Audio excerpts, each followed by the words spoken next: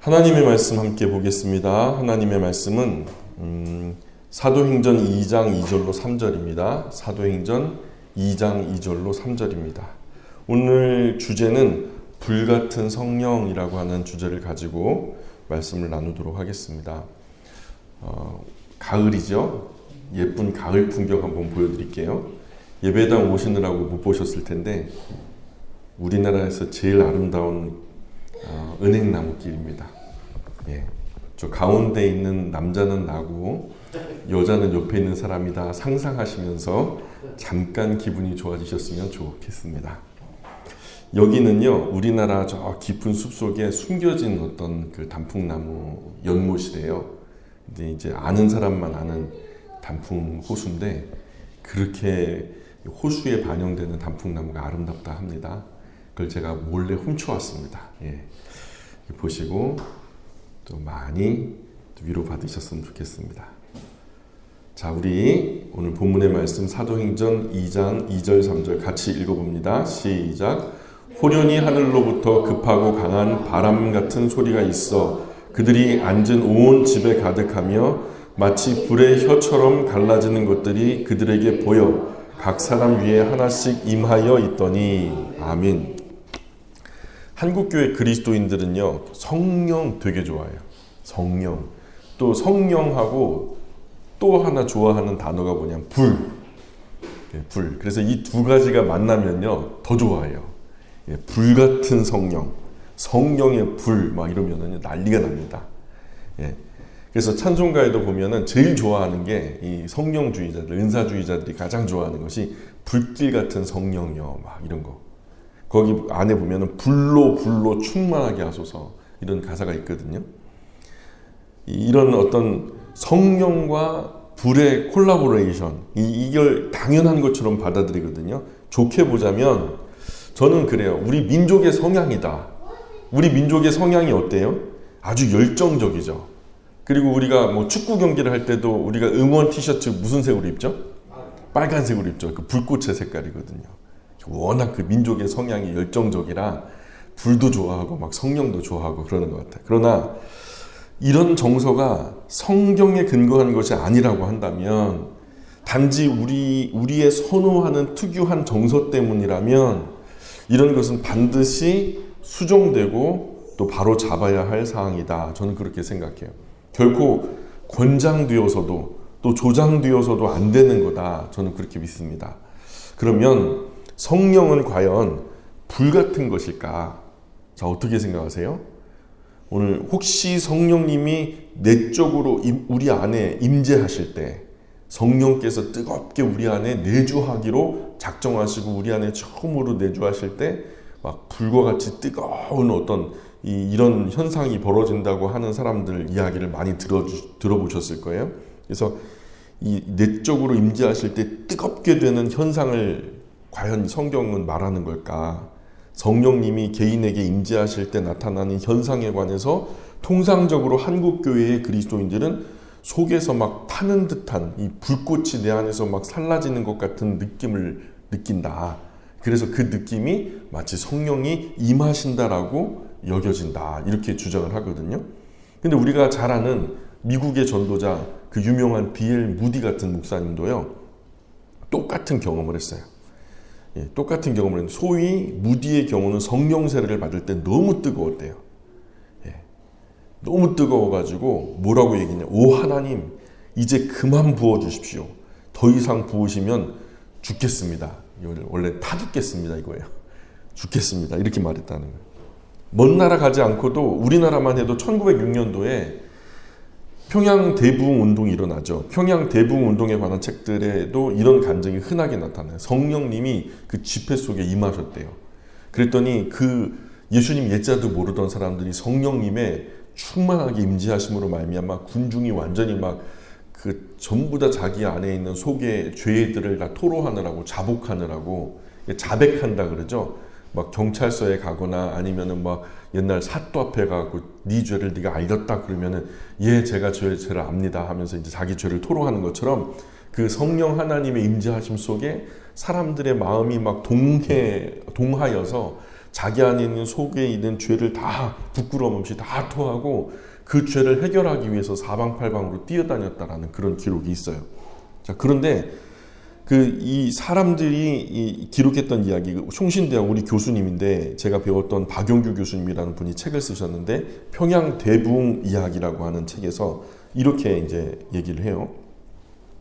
밭 깔듯 하는 성령의 맹렬한 보습에 사람들은 자신의 죄를 쏟아넣고 통회의 눈물을 걷잡을 수 없이 흘렸습니다.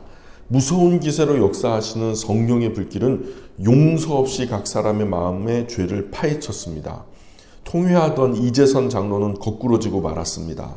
이 집회가 계속되는 동안 한국 교회를 위해 준비하여 주신 김익두 조사, 이원민 등 유력한 지도자들이 성령의 은사를 충만하게 받았습니다. 이런 기록이 있어요. 그러니까 말 그대로 그 분위기를 가만히 상상해 보면은 엄청나게 뜨거웠다라는 것이 느껴지죠. 이런 이들의 경험은 분명 이제 부디가 경험한 것과 같은 것으로 여겨져요. 뿐만 아니라 우리 주변에 이제 지인들 이야기를 들을 때도 처음 예수님을 믿었을 때는 이게 뭔가 싶다가 조금씩 영적으로 눈이 열리고 신앙의 눈을 뜨면서 하나님의 은혜를 사모하게 되고 그 어느 날 갑자기 내 안에 성령께서 내주하심의 은혜를 입게 될 때 소위 말해서 성령 체험, 성령 세례를 다시 말해서 성령을 경험했다라고 하는 사람들이 흔히 하는 말이 속에서 막 불과 같은 것이 뜨겁게 타오르는 것들을 느꼈다. 이런 이야기를 자주 하거든요. 그런데 과연 이런 것이 성령을 경험한 것이 분명할까? 이런 표현이 과연 성경적으로 맞는 표현일까? 오늘 성령님과 불타는 느낌에 대해서 한번 생각해 봤으면 좋겠어요. 성령님과 불타는 느낌. 이런 논의를 같은 맥락에서 확장해 보면 오늘 흔하게 일어나고 있는 비니아드 운동이라고 한번 제가 말씀드렸던 거 기억나요? 이 비니아드 운동의 집회 현장에 가보면 이런 현상이 아주 흔하게 나타나요. 이 여러 현상에 대해서도 같은 질문을 할 수 있을 건데 비니아드 집회에서 공식화되어 있지만은 성경에서는 전혀 나타나지 않는 여러 현상들이 있거든요. 대표적으로 홀리라프 하면은 한마디로 말해서 이제 거룩한 웃음이다. 거룩한 웃음이다. 이게 비니아드 집회 현장의 모습인데 비니아드 집회가 열리면 사람들이 막 엄청나게 군중이 몰려 있죠. 거기서 막 성령 받아라 막 그러면서 막 난리가 나죠. 그런데 거기에 그 인도자가 집회 인도자가 막 손을 얹고 막 성령의 어떤 축사를 하면 막 이 사람에게 성령이 임해가지고 갑자기 아무런 시무룩하던 사람이 갑자기 박장대소하면서 막 깔깔대고 웃으면서 미친 듯이 웃으면서 막 발작을 하는 거예요. 예. 그래서 거룩한 웃음, 이 성령이 임하셨다 선언하면서 미친 듯이 웃기 시작해요. 이 영상을 보면 소름이 좀 끼쳐요. 이 정상적이지가 않거든요. 건강한 사람의 건강한 웃음이 아니라 좀 병적인 웃음 같아. 그래서 최근에는 그런 성령이 임하셨다 주장하는 순간 사람들이요 그 자리에서 그냥 엎드려요. 엎드려갖고 네 발로 기어다니면서 월월 하면서 짖어요. 개처럼 짖어요. 그리고 어떤 사람은요 소처럼 막 기어다녀요. 어슬렁어슬렁 기어다니면 소가 염을 먹듯이 되새김질 하듯이 자기 입이 마치 소인 줄 알고 그냥 막 이렇게 입을 갖다가 오물락 거려요. 그런 영상들도 보면 진짜 소름 끼치죠. 그래서 빈야드 운동하는 교회를 제가 한번 갔었는데 그 교회는 어떠냐면 성령의 임재를 완전히 공식화해서 선언한다라고 하면서 여기 안에 성령이 있다라고 증거를 하기 위해서 인도자들이 뭘 하냐면 사람들을 세워요. 집회 현장에 있는 사람들을 그 자리에 세워놓고 톡 그냥 성인 남자 같은 경우에는 웬만한 체중으로 막 밀어제끼지 않으면 넘어지지 않잖아요. 근데 이런 사람들 세워놓고서 손가락으로 톡 건드리면 그 자리에 주저앉고 넘어지는 거예요. 좀 신기한 현상이죠. 그리고 마치 손으로 부채질 하듯이 이번에는 대각선으로 내가 성령의 바람을 날린다 하면서 막 장풍을 쏘잖아요. 그럼 대각선으로 이쪽으로 쫙 넘어져요. 이쪽으로 또 장풍을 쏘면 이쪽으로 쫙 넘어져요. 한번 해볼까요? 그 진짜로 그래요. 지금도 알파코스 주장은 성령님이 임하실 때 소위 싸구려 아말감 이빨이 금리로 변한다라는 주장을 많이 해요. 실제로 이제 그 미국에서 알파코스 사역을 하는 목사님 그 장모님이 아말감으로 이 치아를 다 수은하고 이제 주석 이런 것들을 은은하고 섞어가지고 이제 반응해가지고 그걸 갖다 이빨하고 최대한 가까이 하는 거잖아요. 근데 이 아말감이 치료하는 데는 제일 싸구려예요. 그런데 이게 그냥 그래도 나쁘진 않은 거거든요. 이 아말감 이를 치료를 받았는데 집회 도중에 이게 금리로 바뀌었다는 거예요. 그러더니 그 자리에서 막 촬영한 것을 아마 지금도 영상이나 아니면은 여러분 잘 아는 뭐 포털 사이트에 가가지고 금리빨로 변화 뭐 이런 식으로 이제 키워드를 주면 그 빅야드 운동에서 금리빨로 바뀌었다는 사진이 쫙 입을 벌리고 이렇게 충치 이런 거 다 금리빨 드러내놓고서 찍은 사진들이 수십 장 나와요. 참 그래요. 근데 추적해서 팩트체크를 하신 분들의 이야기를 들어보면 사실 실제 금으로 변하는 것도 아니래요. 그게 금 색깔이지 금은 아니라는 거예요. 또 항상 정상적인 치아가 금리로 바뀌는 예는 없어요. 그게 어떻게 성령님이 어떻게 잘 알고 그냥 그 충치로 깊이 썩어가지고 아말감으로 치료한 그 썩은 이만 금리로 변화시킨다는 그런 주장만 난무해요. 어떤 곳에서는 성령님이 임하시니까 금가루가 막 머리 위에서 흩날렸대. 그래서 머리 서로 옆에 보니까 머리에 금가루가 있어 세상에. 그냥 여기다 금 덩어리를 하나 그냥 떨어뜨려 주지. 금이빨이 아니라 그냥 재치 이빨이 더 좋은 거 아니에요? 이왕이면 하나님 창조주 하나님이신데 원래 이빨대로 좀 갈아 껴 주시든가 아니면은 금 가루가 아니라 좀 교회에 보탬이 되도록 좀 금 덩어리를 떨궈 주시면 안 될까? 막 이런 생각도 해봤어요. 참 그래요. 이 어떤 곳에서는 성령님이 임하셨다는 거예요. 성령이 임하셨는데 지상에서는 도저히 맡을 수 없는 아주 그냥 막 큰 진한 향기가 진동하는 것을 경험했다. 그래서 영의 향기다, 성령의 향기다, 거룩한 향기다, 뭐 백합화 향기다, 막 그러면서 막 주장을 하기도 해요. 이런 일 많이 한 사람이 바로 누구냐면 박태선 장로, 전도관의 박태선 장로가 하늘로 뚫린 천창에서 햇빛이 이렇게 쏟아져 내려올 때 향수를 뿌려요. 프랑스 최고급 향수를 사가지고 갖고 몰래 뿌려요. 향기가 나지 않냐? 향기가 나지 않냐 하면서 그렇게 쇼를 했던 일이 있어요. 이런 일들이 지금도 일어나요. 어두운 교회, 아직도 영적으로 깨어나지 못한 교회들은 목회자부터 벌써 거기에 눈이 멀어서 그런 것이 마치 성령이 지금 현장에 거하고 계신다라고 하는 증거다 하면서 지금도 그렇게 집회를 인도하고 있어요. 이런 현상들이 진짜 성령 하나님의 역사일까? 이에 대해서 포괄적인 문제에 대한 답을 구하기 위해서는 우리 한국개혁교회는 교단을 넘어서 온 교회 안에서 성경을 기초로 해서 진지한 논의와 함께 관련된 건전한 결론을 책에 남겨야 된다고 저는 생각해요. 더 이상 이런 것에 현혹되지 않도록 그래서 이걸 책으로 남겨서 결론을 완전히 마침표를 찍어놔야지 지금 잡지 않으면 곤란하거든요. 그래야 이런 주제로 같은 실수를 또다시 저지르지 않아요. 첫 번째는 같은 실수 안 저지르죠. 이미 이것은 논의가 됐고 이건 성경 외에 이미 그 전혀 성경적이지 않은 현상이다라는 것으로 마침표가 찍혀 있다. 같은 실수 저지르지 않을 뿐만 아니라 이와 같이 말도 안 되는 논의로 소모적인 논쟁은 더 이상 없어질 거예요. 막 인터넷에서 여러 가지 그냥 뭐 성도들끼리 막 싸우는 이런 싸움들도 없어질 거예요. 네가 옳다, 내가 옳다 하는 것도 사라질 거예요. 그리고 나아가서 우리 신앙의 후손에게도 이미 우리 앞선 세대에서 아주 진지한 고민을 통해서 회의를 통해서 건전한 결과를 냈다. 그러니 건강한 신앙을 계승하는 위대한 유산이 될 거예요. 그런 책 한 권이. 이런 것들을 지금 우리 세대에서 해야 되는데 이런 논의가 많이 부족한 상황이에요. 수많은 교회들, 적어도 우리 한국교회에 과반이 넘는 그런 교회들이 이런 것에 대해서 경각심을 느끼지 못하고 있거든요.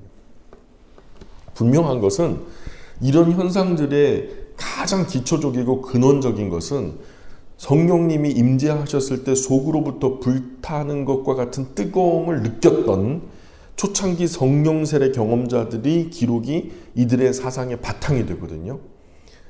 그래서 이런 점에서 초기 기독교인들의 성령 하나님의 체험을 살피는 것은 정말 중요해요. 성경에 나타난 성령이 임하셨던 당시의 사람들이 기록으로 지금 남겨져 있으니까 여기에서 건전한 그리고 건강한 바른 성령 하나님의 임재에 대해서 우리가 소개를 받을 수 있는 근거가 된 것.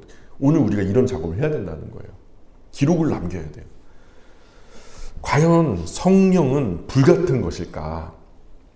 불같은 것일까? 그리고 성령 세례 받을 때 사람 속에서 막 불덩이 같은 것이 임하는 현상을 성경으로 변증할 수 있을까?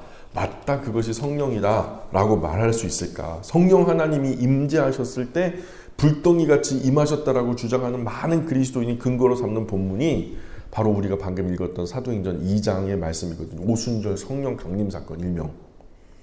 이것과 사도 요한이 이제 나중에 불과 성령으로 세례 주는 것을 말한 것 외에는 성경에서 불과 성령을 연관짓는 어떠한 연관성도 없어요. 이 두 부분 말고는. 성령이 막 불덩이 같이 임하는 것을 주장하는 사람들은 오순절 성령 강림 때 각각 사람들에게 불덩이 같은 것이 임하는 방식으로 그들이 성령을 받았기 때문이다. 그러니 오늘도 성령은 그렇게 임하신다라고 주장하는 거예요. 하지만 오순절 성령 강림 때 불덩이 같은 것들이 안에 막 임재해서 막 그 안에서 막 뜨겁게 느껴지고 막 그랬나요? 이것은 그 사람들이 각각 마음속에서 치밀어 오르는 어떤 뜨거운 막 안에서부터 뜨겁게 치미는 어떤 느낌 같은 것이었을까요? 절대 아니거든요. 사도행전이 보여주는 그림은 이들이 주장하는 것과 전혀 달라요. 이들이 경험한 것은 내적으로 타는 듯한 불타는 뜨거움을 경험하는 것이 아니었거든요. 오늘날 은사주의라든가 아니면 성령 운동하는 사람들이 주장하듯이 속에서 느껴지는 어떤 뜨거움이 아니란 말이에요. 속에서 느껴지는 뜨거움은요, 사랑하는 사람들도 있어요. 사랑하는 사람들 사이에서 나는 너만 생각하면 내 속이 뜨거워져 막 그러잖아요. 그런 게 아니라고요. 성경 말씀을 우리가 다시 한번 자세히 보죠. 사도행전 2장 2절 3절이에요. 자, 호련히 하늘로부터 뭐가 있었대요? 급하고 강한 바람 같은 소리가 있었다. 그죠? 그리고 마치 그들이 앉은 온 집에 가득했다. 마치 불의 혀처럼 갈라지는 것들이 그들에게 보였다. 그리고 각 사람 위에 하나씩 임하여 있었다. 맞아요? 이렇게 읽을 수 있죠. 자, 그러면 첫 번째로 하늘로부터 급하고 강한 바람 소리를 실제로 들렸어요? 아니면 마음으로 느꼈어요? 예? 있었다 그러잖아요. 현상적으로 나타났다는 말이에요. 있었다. 하늘로부터 급하고 강한 바람 소리 같은 것이 어떤 개인 몇몇 사람에게만 속으로 느껴진 것이 아니라 그 자리에 있었던 모든 사람이 들을 수 있게 실제로 들렸다라는 거죠. 두 번째로 불의 혀처럼 갈라지는 것이 실제로 눈에 보였다? 아니면 마음으로 느꼈나? 예? 보였다. 여기 그렇게 나오잖아요. 실제로 눈에. 사도행전 본문은 어떤 방식으로 읽어도 이 사람들이 급하고 강한 바람 소리를 들은 듯한 느낌을 받았거나 마음속에서 뜨거운 것이 치미는 듯한 느낌을 받은 것이 아니었어요. 이들이 경험한 것은 문장 그대로, 문자 그대로 해석해보면 실제적으로 일어났던 현상이었단 말이에요. 급하고 강한 바람 소리도 진짜였고요. 그들이 본 불이 혀처럼 갈라지는 불의 혀 아세요? 불을 피우면은 이렇게 올라오는데 그 끝이 막 이렇게 흩어지잖아요. 그래서 그거를 아까 제가 처음에 보여드렸는데 불이 이렇게 피어오르면서 막 위에는 얇아지고 밑에는 굵고 그죠? 모닥불 피워놓으면 근데 그게 혀처럼 갈라지는 것들이 각 사람의 머리에 있었다. 그죠? 그러면 이건 뭐예요? 있었다는 거예요? 아니면 그렇게 느껴졌다는 거예요? 실제로 있었다는 거예요. 실제적으로 눈에 보였다는 거예요. 분명히 이 불이 갈라지는 모양으로 각 사람 머리 위에 임했대요. 성경은 이 두 가지 사실을 추상적이거나 내면적인 용어로 기록하지 않아요. 직역하자면 이렇게 직역되어 있어요. 하늘로부터 급하고 강한 바람 같은 소리가 있었습니다. 그러니까 들렸다는 거예요. 불의 혀처럼 갈라져 각 사람 머리 위에 볼 수 있게 임하여 있었습니다. 있었다는 거예요. 이 두 가지 사건은 실제로 귀에 들렸고 눈에 보였어요. 따라서 오늘 어떤 사람들이 내 속에서 그런 불처럼 뜨거운 느낌을 받았다라고 또는 마음의 불처럼 뜨거워졌다라고 그러니 성령을 받았다라고 주장하는 것은 틀린 주장일 수 있어요. 만약 어떤 사람이 오순절에 임했던 성령과 같은 것을 받았다라고 말하려면 실제로 증인되는 사람 앞에서 그 사람이 성령을 받을 때, 성령 하나님의 임재를 실제적으로 받을 때 급하고 강한 바람 소리 같은 그런 소리가 들려야 돼요. 그 사람에게만 아니라 그 자리에서 보고 있는 내 귀에도 들려야 된단 말이에요. 그리고 그 사람 머리 위에 똑같이 불의 혀처럼 갈라진 불꽃이 임하는 형상이 그 사람은 뭐 자기 머리 위에 있으니까 못 보더라도 나에게는 보여야 된단 말이에요. 그러나 사도시대 이후에 그 어떠한 사람도 이와 같은 것을 동일하게 경험한 사람은 없어요. 마가의 다락방 이후로 이런 일은 벌어진 적이 없어요. 동일한 사건의 기록도 없어요. 비슷한 사건도 없어요. 그 어느 누구도 이런 것들을 본 적이 없어요. 이 사건은요, 전무후무한 거예요. 예수님께서 약속하신 보혜사, 또 다른 보혜사를 너에게 보낼 텐데 그것이 이제 표적이 되리라 하는데 예수님께서 약속하신 그 보혜사가 임했다라는 선언의 의미로서 일어난 표적이었어요. 이 표적, 세메이온, 목적이 있는 기적이죠. 그 기적의 목적은 뭐예요? 예수님이 약속하신 그 성령님이 지금 너희 가운데 임하셨다. 이것을 알 수 그때 당시 마가의 다락방에 있었던 사람들은 그 누구나 의심 없이 그것을 이것이구나 다 깨달았을 거란 말이에요.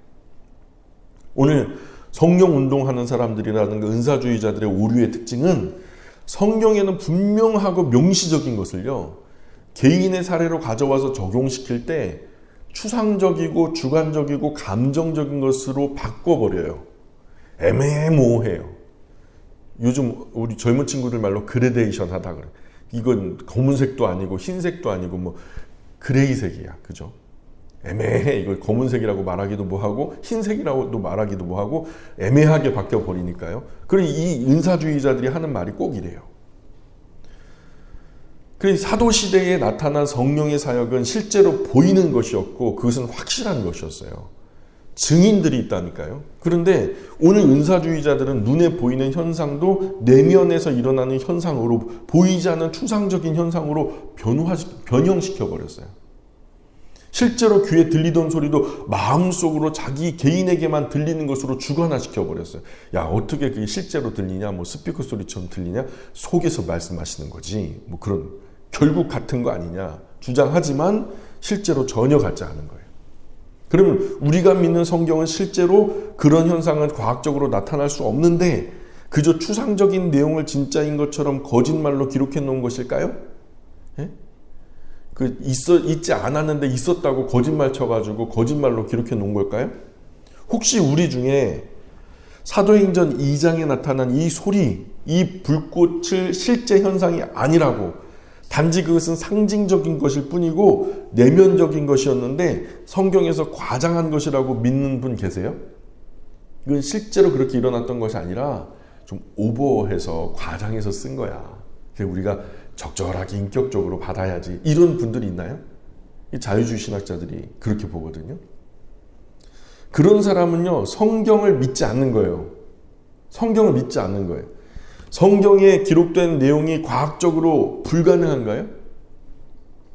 그래서 이런 일은 상징이어야만 하나요? 과학에 설명 못하니까? 그래서 내면적이어야만 하나요? 자, 그러면 천지창조는 과학적으로 어떻게 설명할 건데요? 동정녀 탄생은 과학적으로 어떻게 설명할 건데요? 그 많은 병자들의 치유는 어떻게 설명할 건데요? 오병이어 기적은요? 귀신이 쫓겨나는 예수님 사역은요? 물 위를 걸으시고 바람을 흉흉하게 뛰노는 바다를 잠잠케 하시는 그 사건은 어떻게 설명할 건데요? 그 과학적으로 설명이 가능해요? 그래서 사도행전 2장의 바람소리와 불의 혀처럼 갈라지는 불꽃 모양이 사람들 머리 위에 임한 사건은 내면적인가요? 아니면은 실제적인가요? 실제적이거든요. 이 모두 실제로 일어난 사건이 가시적인 현상, 가청의 현상. 가청이라는 것은 들을 수 있는 현상이었다. 이것을 부인한다면 그러면 과학적으로 입증되지 않은 것들을 전부 다 그럼 성경에서 빼내봐요. 뭐가 남나? 접속사만 남아요. 그러면 성경에서 창세기 1장 1절부터 빼내야 돼요. 그거 접속사만 빼고 다 거짓말 될 거예요. 똑같은 사건을 사도행전 10장 44절에서도 말하는데 사도행전 10장 44절에 44절 45절 한번 읽어볼게요. 사도행전 10장 44절 45절 시작. 베드로가 이 말을 할 때에 성령이 말씀 듣는 모든 사람에게 내려오시니 베드로와 함께 온 할례 받은 신자들이 이방인들에게도 성령 부어 주심으로 말미암아 놀라니. 자, 여기서도 사람들이 성령 받는 현상으로는 눈으로 볼 수 있는 가시적인 것이었어요. 봤다잖아요. 이 부어 주시는 것들 보고서 놀랐다니까. 베드로가 말할 때 성령을 받은 이들은 그 말씀을 듣던 사람들이었고, 그런데 이것을 본 사람들은 베드로와 그의 일행들이었어요. 자, 성령을 받은 주체와 그것을 보고 인식한 주체가 달라요. 누군가는 목격자고 누군가는 당사자예요. 누군가에게 임하는 것을 다른 목격자가 보고서 기록한 거예요.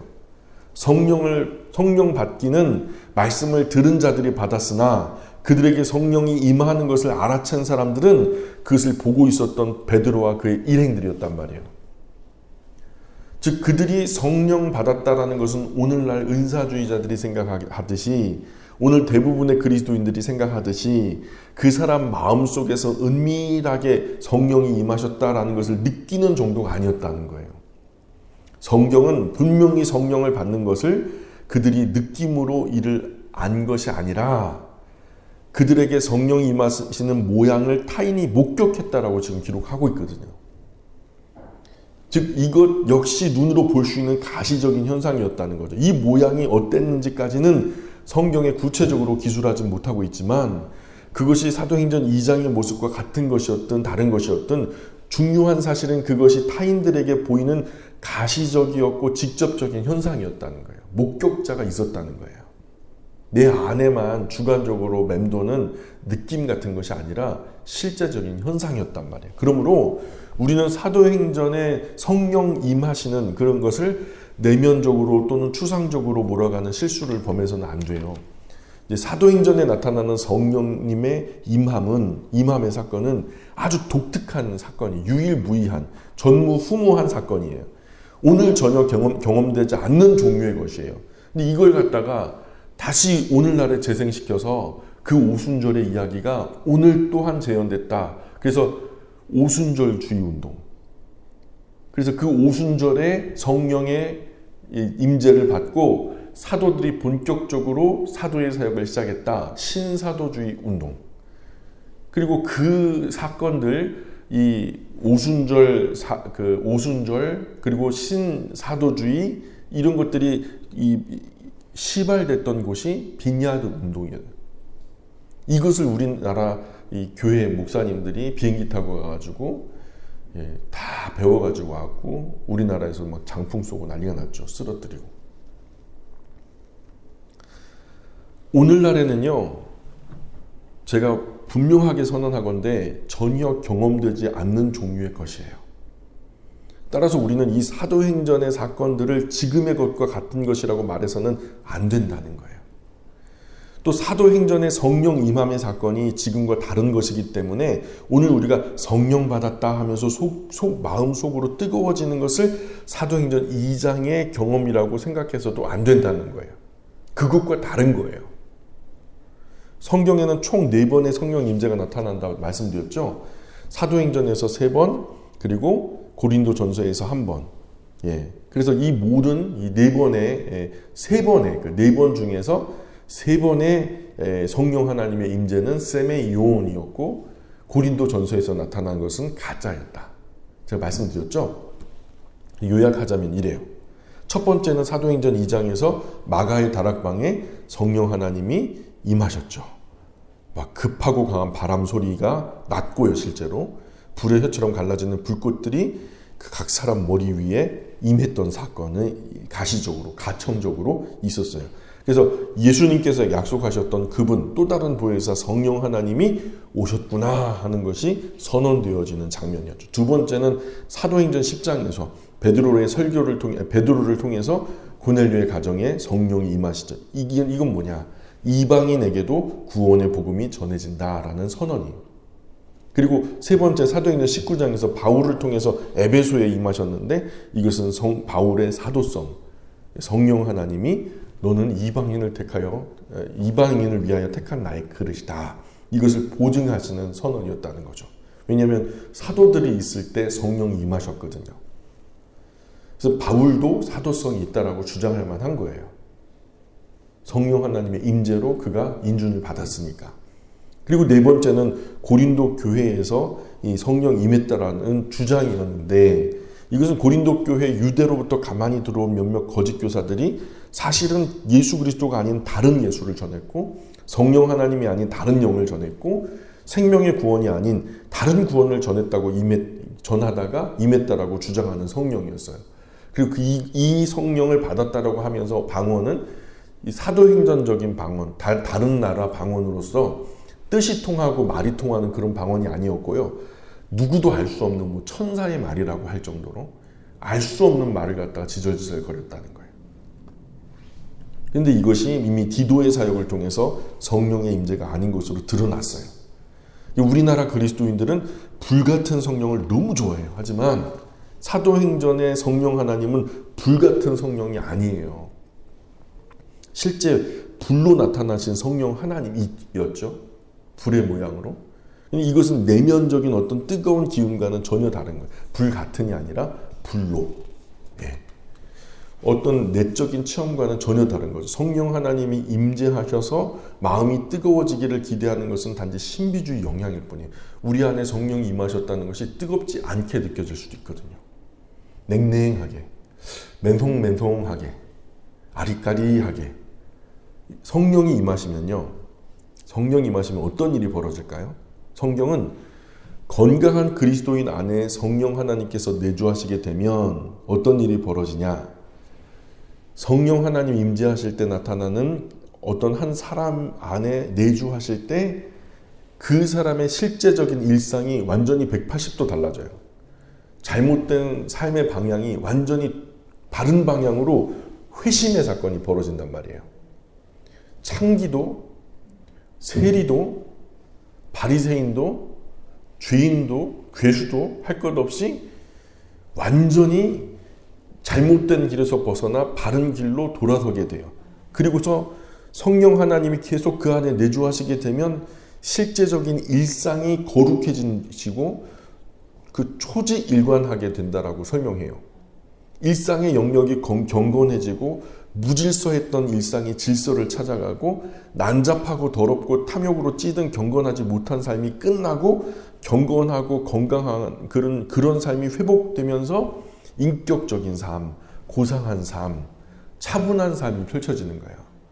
너도 모르고 나도 모르겠다 막 쫙 불러 막 내 정신 네 정신도 없어. 다 그냥 이 안에 있는 사람들 그냥 뇌를 갖다 한 곳에다 놓고 막 들이다 섞은 것처럼 정신 없는 그런 성령 충만은 없어요.